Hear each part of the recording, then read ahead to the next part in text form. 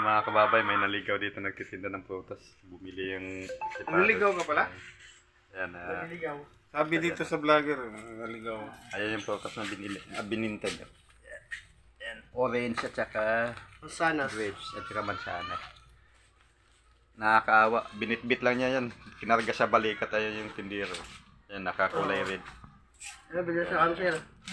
Medyo may ano ding konti yung paa niya dahil paika-ika maglakad. Matungod, arthritis. May arthritis daw siya.